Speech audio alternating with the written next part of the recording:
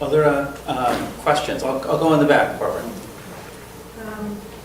Are the city council positions in Geneva contested?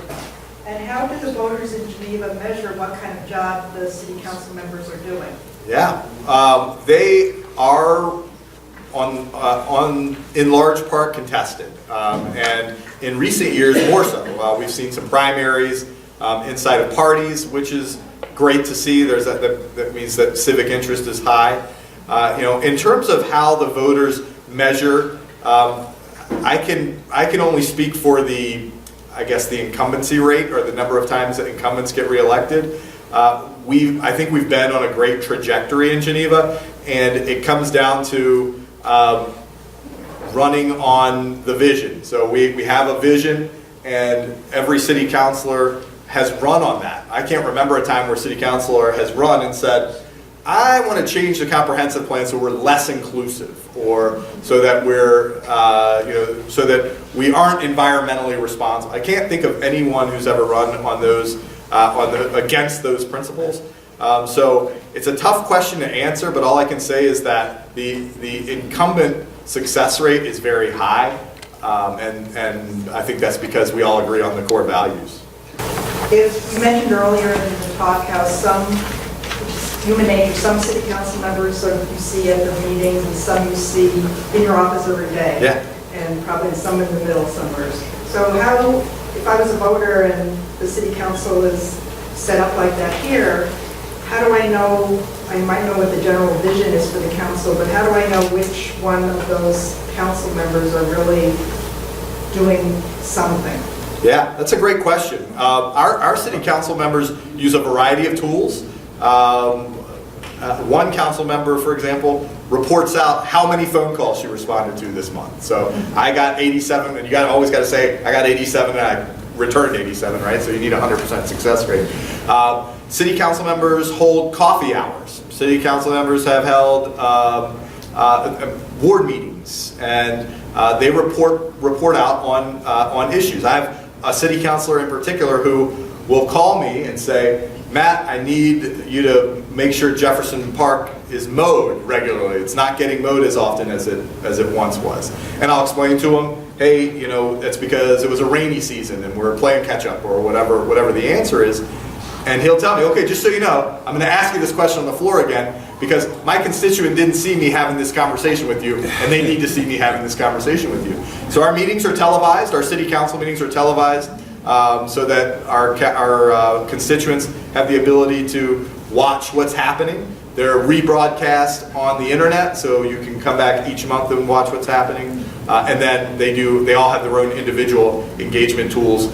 And honestly, I think that's the trick, if you will, to getting reelected, is staying engaged. And does it enable more people to run for office in that they, in essence, don't have to worry about running these departments on a day-to-day basis, that they can just do, it seems like their job is very different, right? Because they are, in essence, are just doing outreach, just doing listening, being out in the community as opposed to running these departments. Yeah, I mean, it's a certain profile, right? So there are people who, and I have city councilors who are this way. Those city councilors that I see at council meetings are executives in a firm somewhere, and they are working 80 hours a week for the firm, and they're emailing me at 2 in the morning to say, hey, I need you to check on Jefferson Park. As opposed to retirees or stay-at-home moms or dads or others who have the ability to get way more engaged on a day-to-day basis in more traditional ways. So I would say that not having that responsibility of managing a department on a day-to-day basis, even if you have a great support team behind you, you're a prideful person, you want to make sure you're doing a service to your constituents, not having that operational responsibility opens it up to a whole group of people who know that they can't commit to an operational responsibility, or who either only have general interest. They don't have subject matter interest, but they want to be civically engaged. They don't have subject matter expertise, and they don't want to get into a job where they don't have subject matter expertise. So in these situations, particularly in Geneva, from my perspective, each council member is so different. They come from different walks of life. They've got different experiences, and they bring different viewpoints to the table, and I can attribute a lot of that to them having this 130-person team who has the operational responsibility.